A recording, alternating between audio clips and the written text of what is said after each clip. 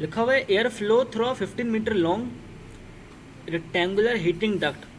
तो 15 metre duct है, long है, और ये रेक्टेंगुलर डक्ट है। 0.7 metre wide and 0.3 metre height. तो 0.7 मीटर वाइड है और 0.3 मीटर इसकी हाइट है।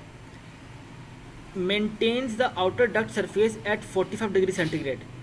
तो इसने क्या मेंटेन किया हुआ है, उसको जो आउटर मोस्ट सरफेस है ना डक्ट की, उसका टेम्परेचर इसने 45 डिग्री सेंटीग्रेड मेंटेन किया हुआ है। If the duct is uninsulated and exposed to still air at 15 degree centigrade. तो अभी आप लोगों ने रिसेंटली आरएसी का सीपी किया हुआ है, उसमें आपने देखा था डक्ट के आपने इंसुलेशन सेलेक्ट की होगी। वो डक्ट की इंसुलेशन इसलिए सेलेक्ट करते हैं ताकि आपका हीट लॉस कम से कम हो। यहाँ पे उन्होंने क्या बोला कि आपके यहाँ पे डक्ट की इंसुलेशन आपने नहीं की हुई, जिसकी वजह से इसका टेम्परेचर, जितना टेम्परेचर है आपका 45, वो डायरेक्टली इन कॉन्टैक्ट है आपके एटमोसफेयर से। तो हीट लॉस बहुत ज़्यादा होगा। अगर आपको कोई इंसुलेशन होती है यहाँ पे, तो आपका टेम्परेचर आउटर मोस्ट सरफेस का इतना ज़्यादा रीच नहीं करता, वो कम और बेश आपके रूम टेम्परेचर के बराबर ही होता है वो, अगर कोई इंसुलेशन बाहर होती तो।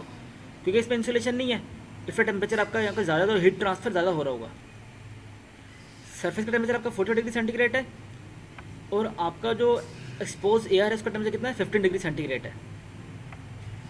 What is the heat loss from the duct. अब बताओ इस डक्ट में से हीट लॉस कितनी हो रही होगी। क्वेश्चन समझ आया?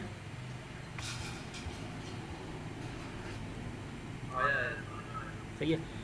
अब देखो, हमने जो केसेस पढ़े हुए हैं, ये हमने देखे थे। हमारे पास वर्टिकल प्लेट का केस है, हमारे पास इंक्लाइन प्लेट है, हॉरिजॉन्टल प्लेट्स हैं, सिलेंड्रिकल प्लेट्स हैं। तो यहाँ पे ये तीन तो नहीं है हमारे पास, इतना हमें पक्का श्योर है हम कि ना वर्टिकल सिलेंडर है, ना यहाँ पे हॉरिजॉन्टल सिलेंडर है, ना यहाँ पे कोई स्पेयर है। तो इन तीनों की हमारे पास ज़रूरत नहीं है यहाँ पे, और ना ही हमारे पास यहाँ पे कोई इंक्लाइंड सरफेस है। जो डक्ट है ना हमारे पास, जो डक्ट है हमारे पास, उसमें देखो टोटल 6 सरफेसेज हैं इसकी, टोटल 6 सरफेस एरिया हैं इसके। पहला ये, लेकिन हमने क्या बोला, यहाँ से एयर आ रही है। दूसरा दूसरी तरफ होगी, जहाँ से निकल भी होगी। तो उन दोनों को तो हम लोग अपनी इक्वेशन में इंकॉर्पोरेट नहीं करेंगे, वो तो इनलेट और आउटलेट होगा। उसके उन दोनों को निकाल के बाकी 4 सरफेस एरिया बचे, 1 2, तीसरा इसके पैरेलल होगा यहाँ पे, और चौथा इस टॉप वाली सरफेस के पैरेलल होगा नीचे। तो ओवरऑल इसके अंदर 4 सरफेस एरिया हैं। उन चारों सरफेस एरिया का हमने कैलकुलेट करना है, उन चारों सरफेस एरिया से कितना हमारे पास हीट लॉस हो रहा है। 4 क्यों, 8 होनी चाहिए ना सिर्फ। कैसे 8? एक के सामने अबे 4 8 3 होती ना, 2 2 इनलेट और आउटलेट में होती ना, सिर्फ साइड अच्छा के ऊपर कवरिंग देख रहे हो। अच्छा, लूडो खेलिए। लूडो लूडो में छक्का होता है, उसके कितने फेसेस होते हैं? एक ही होता है। उसके 6 फेस होते हैं ना। अच्छा मतलब आने 6 छः फेस होते हैं, उसमें से एक फेस से इनलेट हो रहा है और एक फेस से आउटलेट हो रहा है। भाई कितने फेस बचे उसके? 4। तो यहाँ भी वही है, इस फेस से इनलेट हो रहा है, दूसरी फेस से आउटलेट हो रहा है। बाकी इन दोनों फेस को निकाल के बाकी इसके अंदर 4 फेस बचे। सही है, जिसमें से 2 फेस, देखो 2 फेस वर्टिकल हैं, ये वर्टिकल है, और इसके पैरेलल जो यहाँ पर होगा वही वर्टिकल होगा। 2 फेस वर्टिकल है और 2 हॉरिजॉन्टल। ये एक हॉरिजॉन्टल ये होगा, एक बिल्कुल इसके पैरेलल नीचे बॉटम वाला हॉरिजॉन्टल होगा आपका। तो हमें पता चला कि हमें इसको डायग्राम को देखते हुए हमने अंदाज़ा लगाया कि हमारे पास 2 वर्टिकल फेसेस आ रहे हैं अपने डक्ट के डिज़ाइनिंग में, डक्ट के सोल्यूशन के दौरान 2 वर्टिकल फेसेस आ रहे हैं हमारे, और 2 हमारे पास हॉरिजॉन्टल फेसेस आ रहे हैं।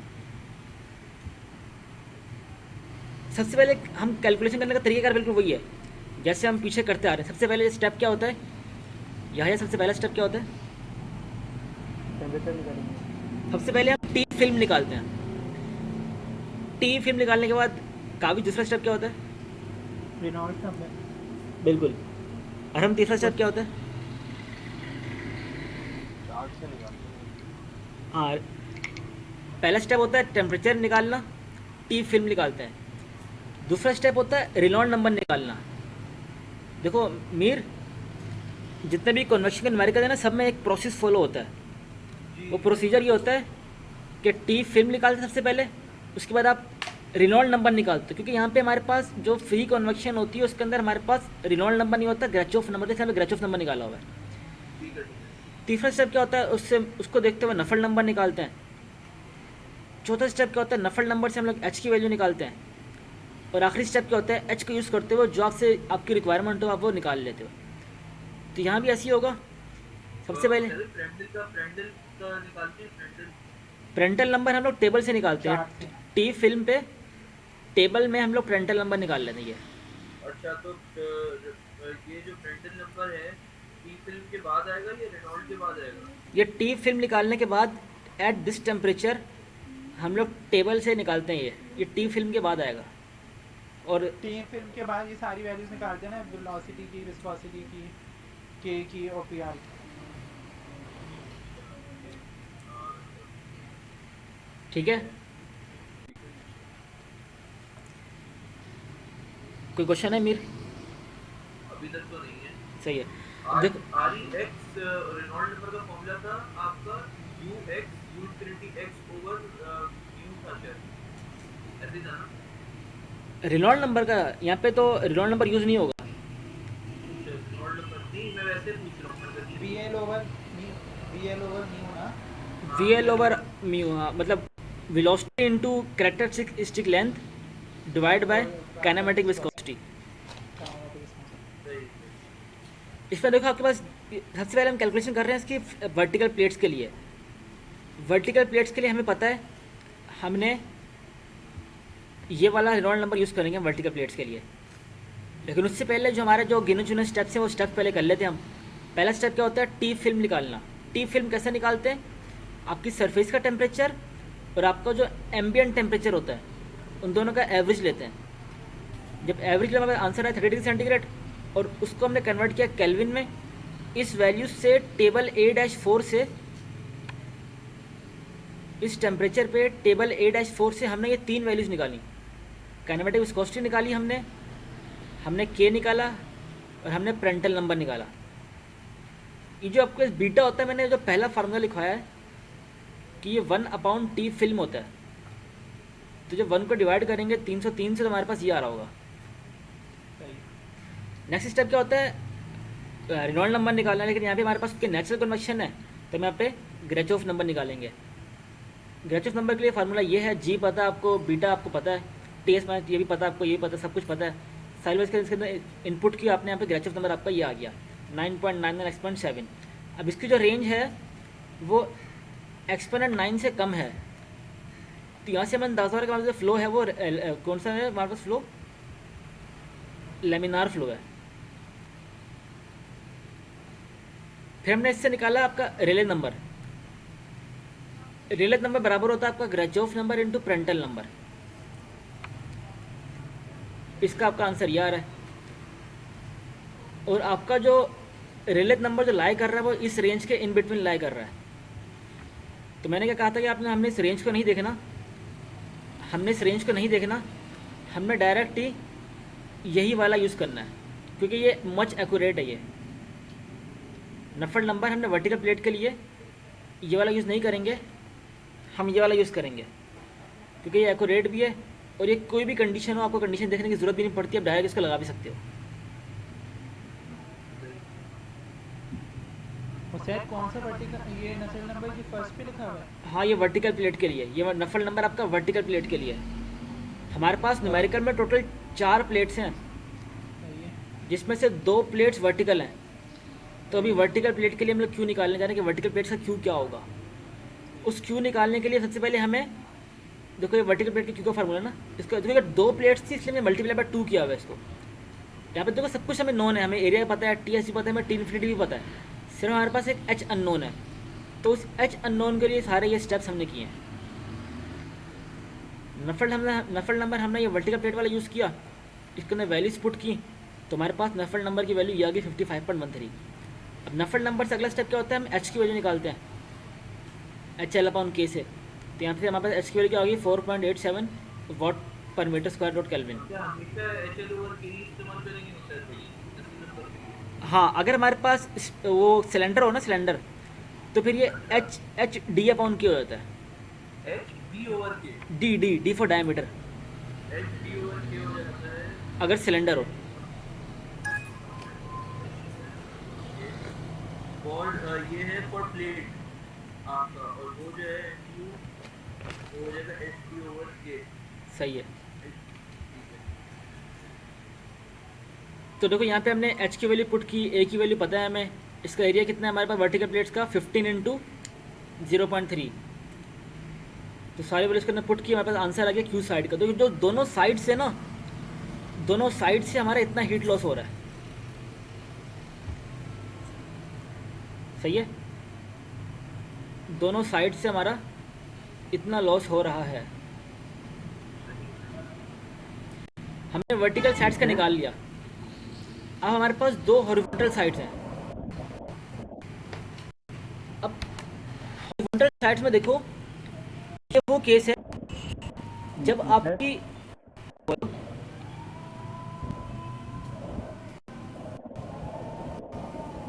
हाँ बोलो, कुछ बोलो।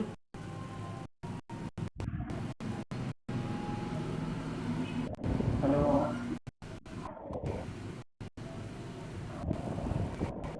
पता है कैसे पड़ेगा कि ये फ्री कनेक्शन वाला है या वो जो पिछले वाले दोनों तरह के। आवाज़ आ रही है मेरी? हाँ आवाज़ आ रही है, मेरी आ रही है आवाज़।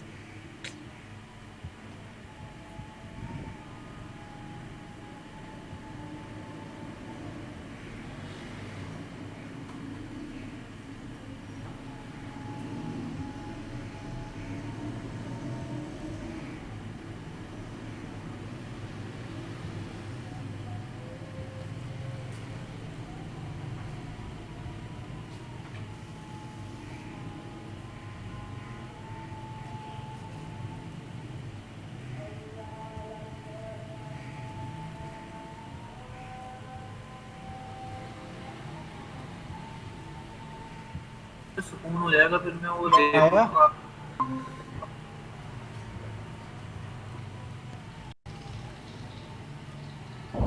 कैसे तुम कागज बताओ?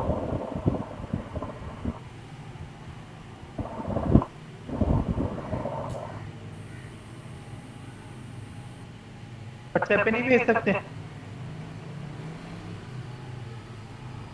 बहुत हैवी है।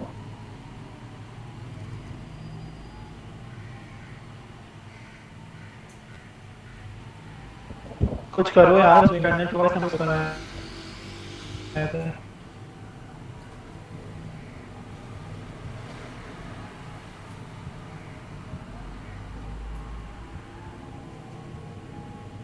अस्सलाम वालेकुम, आवाज़ आ रही है?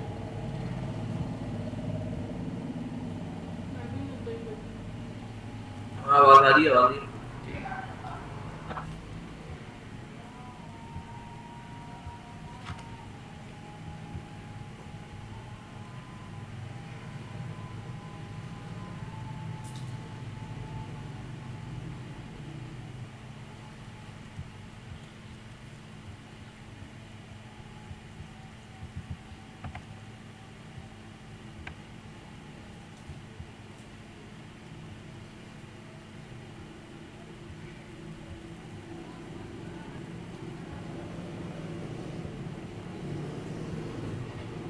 ठीक है, तो हम अभी वर्टिकल प्लेट से कर चुके हैं, तो अगला हमारा टास्क था कि हॉरिजॉन्टल प्लेट्स में कैसे हेलो। करेंगे।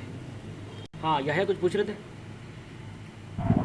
सर, मैं ये कह रहा था जैसे ये रेले नंबर वाला है और रेनॉल्ड्स नंबर वाला है, तो इनमें फ़र्क कैसे पता पड़ेगा कि कौन सा किस सवाल किस टॉपिक पे? ये हमें क्वेश्चन पढ़ के फ़र्क पता चलेगा। मतलब यही चीज़ पूछ रहा हूँ। अच्छा, ये इंसुलेशन नॉन इंसुलेशन वाला टॉपिक यहाँ पे आ रहा है?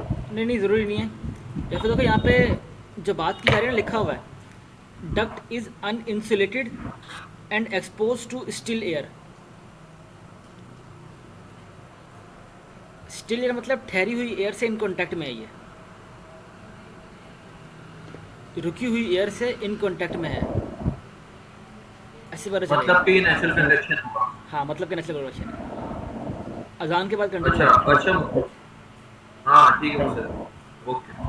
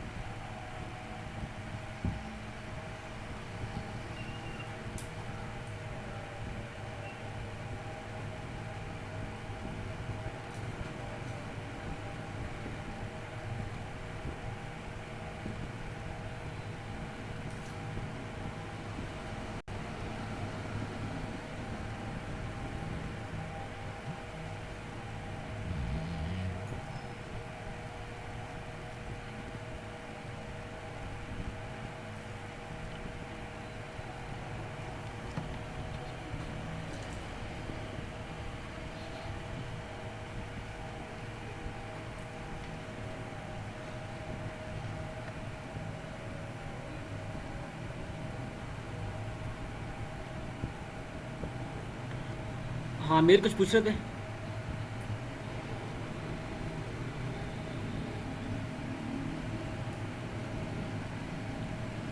कुछ पूछ रहे थे मीर। हाँ वैसे ही बस यही पूछ रहा था कि भाई ये जो है वो एवरेज नस्ल नंबर, ये तो हमने नस्ल नंबर निकाल लिया, हमने एट अ पॉइंट निकाल लिया, मतलब NUX होगा ना ये नफल नंबर, हाँ। लेकिन फ्री कन्वेक्शन में एज सच कुछ डिफाइन नहीं है, ना एवरेज अच्छा। डिफाइन है, ना एट पर्टिकुलर पॉइंट डिफाइन है। वो हमें फाइंड भी नहीं करना होगा ना हाँ, एवरेज। फाइट भी नहीं करना बिल्कुल। ठीक है ठीक है। लेकिन ये एवरेज नस्ल नंबर और लोकल नस्ल नंबर उसमें था, फ्लो उसमें बिल्कुल फोर्स उसमें कन्वेक्शन। उसमें फोर्स कन्वेक्शन के अंदर हम लोग एवरेज निकालते किस तरह से, मतलब सबको ऐड करके डिवाइड कर दिया। नहीं, उसका नफल नंबर हमें एवरेज गिवन होता था। एवरेज नफल नंबर का फार्मूला अलग होता था उसके अंदर, और उसके अंदर लोकल नफल नंबर का फार्मूला अलग होता था। और वो गिवन होता था क्वेश्चन। हाँ, वो गिवन होता था। बेहतरीन बेहतरीन, ठीक है। अब देखो इसमें जो ऊपर वाली प्लेट है ना, ऊपर वाली प्लेट की बाहर वाली सरफेस एक्सपोज है हीट से, और जो इसके बॉटम वाली प्लेट होगी, नीचे वाली प्लेट, उसके नीचे वाली सरफेस जो होगी वो हीटेड होगी। तो अगर मैं केस देखूँ, जब मैंने यहाँ पे केस पढ़े थे कि एक केस ये होता है हॉरिजॉन्टल प्लेट का कि इसके ऊपर वाली सरफेस हॉट हो, जैसे कि हमारा फ्लोर है कि फ्लोर का ऊपर वाला फेस हॉट हो। और दूसरा केस क्या होता है कि हमारी जो प्लेट है उसका ऊपर वाला सरफेस, जो ऊपर वाला पोर्शन उसका हॉट हो, जैसे कि हमारी रूफ वाली सरफेस जो है। तो इसमें दोनों कंडीशन आ रही हैं। जो इसका ऊपर वाला फेस है उसमें पहला केस आ रहा है ये वाला, और जो इसका नीचे वाला फेस है, नीचे वाले फेस में दूसरा केस आ रहा है ये मेरे वाला। ख्याल से नीचे की तरफ रेडिएट कर रहा है, इसलिए दूसरा वाला केस आ रहा है नीचे वाली सरफेस का।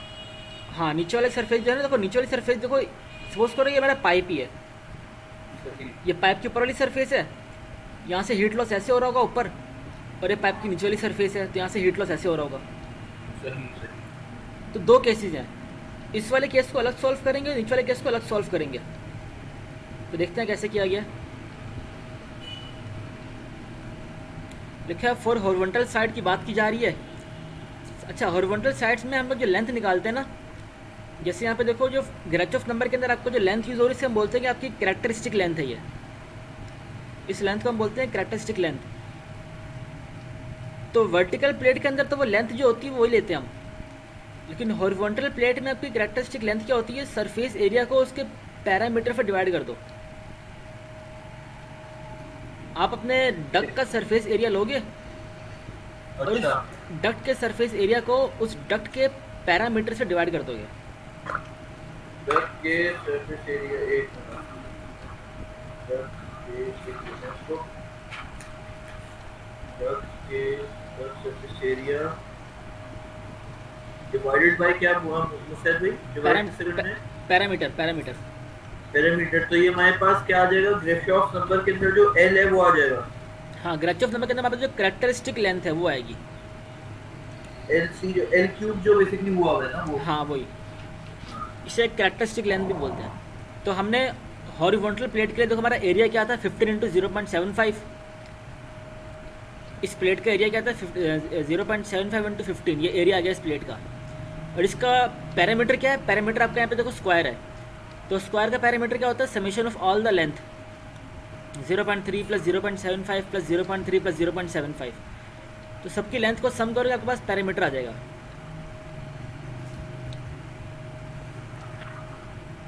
तो यहाँ से आपके पास कैरेक्टरिस्टिक लेंथ आ गई।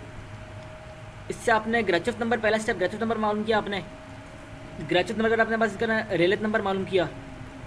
फिर रेलेथ नंबर को देखते हुए आपने बोला कि मेरे पास हॉरिजॉन्टल सरफेस है और मैं अभी ये वाला केस यूज़ कर रहा हूँ।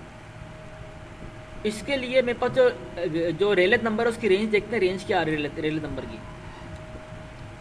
उसकी रेंज आ रही है मेरे पास एक्सपोनेंट 6 में आ रही है, और एक्सपोनेंट 6 जो लाई कर रहा है मेरे पास वो इस वाली रेंज में लाई कर रहा है। तो मैं ये वाला नफर नंबर यूज़ करूँगा 0.54 वाला। तो यहाँ पे 0.15 वाला यूज़ किया हुआ है क्यों? अच्छा अच्छा, ये मुस्तैद भाई ये जो मतलब एक फॉर्मूला था हमारा वाला जो हमने इस्तेमाल किया था HL/K वाला, हाँ हाँ, तो वो कब इस्तेमाल होगा HL/K? वो जब हम नफल नंबर की वैल्यू फाइंड आउट कर चुके होते हैं ना, नफल नंबर की वैल्यू अच्छा हम तब इस्तेमाल होगा। उसके अच्छा बाद अच्छा निकालते हैं उसको। अच्छा, ये इसकी वैल्यू गिवन का है मुझे भी 0.15 आ रही है, मुझे वहाँ नजर नहीं आ रही थी टेबल के अंदर। देखो टेबल के अंदर है वैल्यू, असल में यहाँ पे ये 0.54 लेनी चाहिए, क्योंकि हमारा जो, अच्छा अच्छा अच्छा। क्योंकि हमारे पास जो रेलेत नंबर हाँ इस रेंज के अंदर लाई कर रहा है। अच्छा, ठीक है ठीक है ठीक है। तो हमें असूली तौर पे जो ऊपर वाला नफल नंबर ये वाली वैल्यू जो इक्वेशन 9.22 ये वाली लेनी चाहिए थी असूली तौर पे। सही। लेकिन सर ने भी कहा है कि आप नस्ल नंबर की सिलेक्शन, भले आप जैसे फॉर एग्जाम्पल यहाँ पे 2 नफल नंबर है ना, सिलेक्शन में कोई इतना नंबर डिटेक्ट नहीं करेंगे वो, अच्छा अच्छा ठीक है। उन्हें स्टेप चाहिए। जब सर ने, मतलब उनको स्टेप्स चाहिए, उनको फॉर्मूला ये नहीं देखना कि फॉर्मूला आपने कौन सा चूज किया है। हाँ मतलब नफल नंबर ये भी ना हो कि आप इसमें ये वाला नफल नंबर चूज़ कर लो, हाँ हाँ, मतलब ऐसा किसी ना हो कि और आप प्लेस ये का, लगा दो, ऐसा ना हो कि हाँ, आप ये लगा किसी दो। और चीज को करना है, समझ में आ गया। जिसमें ऐसा केस हो ना कि 2 नफल नंबर करीब करीब हो, तो उसमें सर ने कहा था कि आप ले सकते हो कोई भी। तो वैसे असूली तौर पे यहाँ पे 0.54 वाला आना चाहिए था। तो खैर सही। इससे सर ने नफल नंबर निकाला, नफल नंबर निकालने के बाद इससे देखो एच की वैल्यू निकाली। एच की वैल्यू कैसे निकली, क्योंकि HL/K से HL/K से निकल आई, ठीक है उससे ठीक है। एच की वैल्यू आ गई। फिर एच की वैल्यू का हमने यूज़ किया उसी फार्मूले में, हीट वाले फार्मूले में, कन्वेक्शन के फार्मूले में। जो टॉप वाली सही सरफेस है, टॉप वाली सरफेस इतना हीट लॉस कर रही है। सही। और देखो बॉटम सरफेस के लिए भी, बॉटम सरफेस का भी लेंथ आपकी यही होगी, क्योंकि उसकी डायमेंशन सेम है। और बॉटम सरफेस के आपके ग्रेचुएट नंबर भी यही होगा, और उसका रेलेट नंबर ये निकल के आएगा। लेकिन बॉटम सही। सरफेस का आपका नफल नंबर दूसरा आएगा, बिल्कुल डिफरेंट आएगा।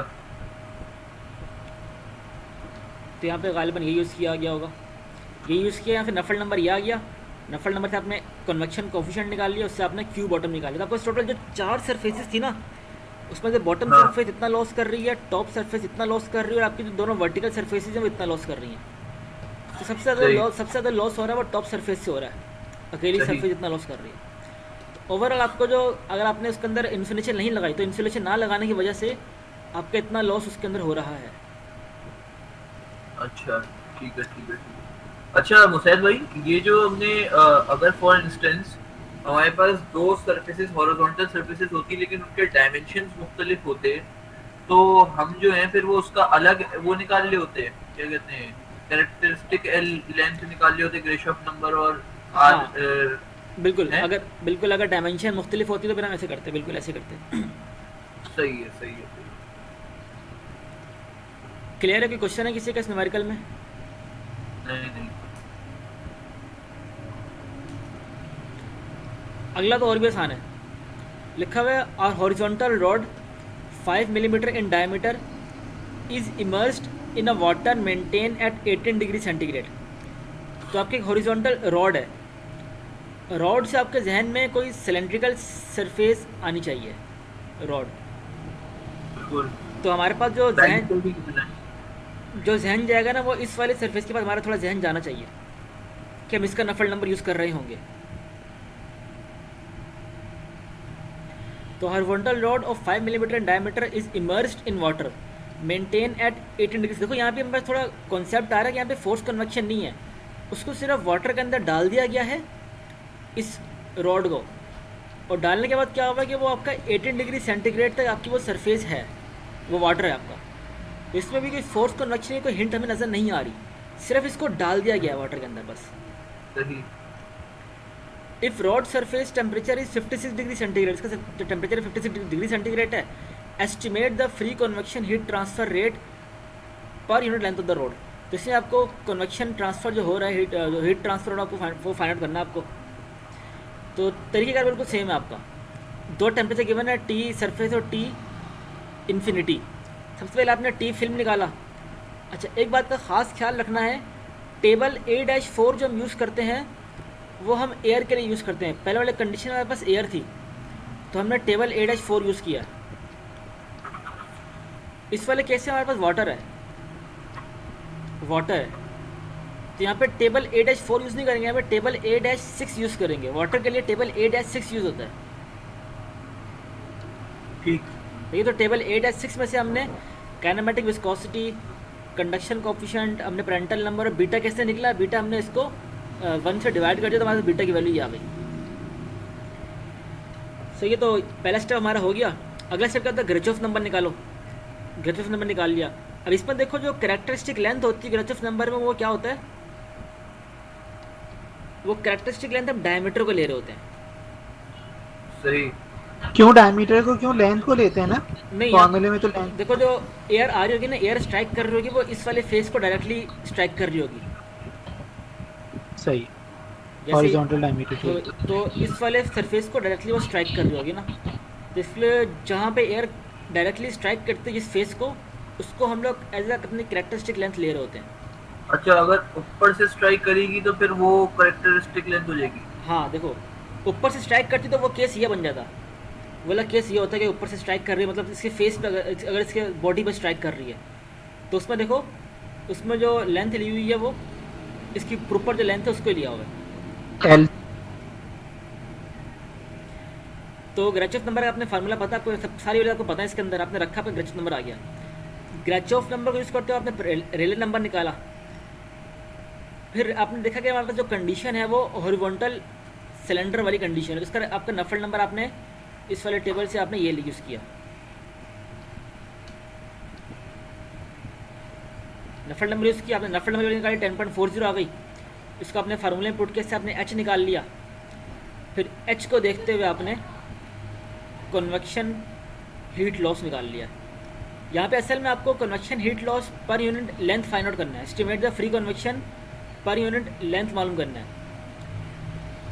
तो एरिया का फार्मूला क्या होता है, पाई डी एल या 2 पाई आर एल। तो जो एल होगी ना लेंथ, उसको यहाँ पे ले जाओ तो पर यूनिट लेंथ बन जाएगा, ये क्यू डैश बन जाएगा, ये आपके पास ये चीज़ आ जाएगी। इसमें डायमीटर पता है आपको, एच आप निकाल चुके हो, और T S minus T infinity आपको पता है, तो यहाँ से आपका क्यू लॉस जो आ रहा होगा वैसे निकाल लोगे। ठीक है, वो सेट जो तुमने पहले वाले न्यूमेरिकल करवाए थे उसमें तुम बता रही थी कि डक के सरफेस को डिवाइड बाय पेरीमीटर करेंगे फॉर हॉरिजॉन्टल लेंथ के लिए। हाँ हाँ ऐसा ही है, मतलब जो लेंथ हमें गिवन होगी उसको डिवाइड करेंगे डक के सरफेस एरिया से। जो देखो जो कैरेक्टरिस्टिक लेंथ निकालने का जो तरीक़ेकार है, जो उसका स्टैंडर्ड है ना, वो यहाँ पे गिवन है। अगर वर्टिकल है तो कुछ भी नहीं करेंगे, हॉरिजॉन्टल है तो ये करेंगे। अगर हमारा अभी जो हमने केस पढ़ा उसमें सिर्फ वीटी होगा। सही है। वो जो एरिया वाला सीन था वो हॉरिजॉन्टल के लिए था आई थिंक। हाँ वो हॉरिजॉन्टल प्लेट के लिए था।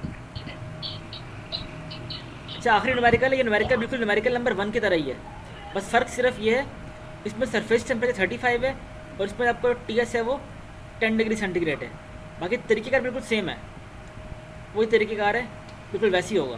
पहले हम साइड्स का निकालेंगे, दोनों साइड्स का, और इसमें पर यूनिट लेंथ भी है मेरे ख्याल से। पहले दोनों साइड्स का निकालेंगे, फिर पहली एक हॉरिजॉन्टल प्लेट का निकालोगे, फिर दूसरी हॉरिजॉन्टल प्लेट का निकालोगे, तो बिल्कुल तरीक़ेकार बिल्कुल सेम होगा इसका। अच्छा, ये कर लोगे? कर लेंगे सही ये तो छोड़, ये बिल्कुल इसी की तरह ही है। हाँ।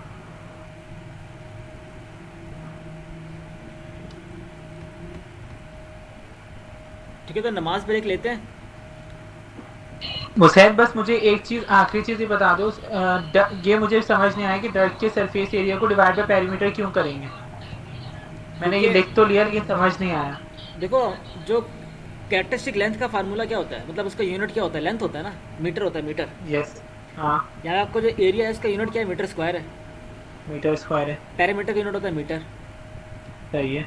तो मीटर स्क्वायर को जब मीटर पर डिवाइड करोगे आपका आंसर मीटर में आ रहा होगा। मीटर, ठीक। सही है, तो ऐसे ये लेंथ का यूनिट बन रहा है हमारे पास। और कैरेक्टरिस्टिक लेंथ का फार्मूला आपका वॉल्यूम अपॉन सरफेस एरिया भी होता है, और एक फार्मूला आपका ये भी होता है। कैरेक्टरिस्टिक लेंथ ये होती है कि आपका जो एरिया जो एयर आ रही है ना, वो कौन कौन से एरिया से मतलब डायरेक्टली इन कॉन्टैक्ट में आ रही है, उसको बोलते हैं कि आपकी कैरेक्टरिस्टिक लेंथ होती है। मतलब जिस मुसैद भाई सिर्फ जो है ये हम जो उसके लिए कर रहे हैं ना, लेमिनार के लिए सब हो रहा है काम। हाँ इसमें टर्बुलेंट केस नहीं लेमिनार है, के लिए। टर्बुलेंट केस नहीं है सही। इसमें। सही है। इसकी एक वजह थी यहाँ पे, मैं बताता हूँ अगर ठीक है। इसमें आमतौर पे टर्बुलेंट केस बनता ही नहीं है। टर्बुलेंस केस क्या होता है कि जब आपके पास वेलोसिटी में कुछ डिफरेंट आ रहा हो, तो लिखा भी होगा,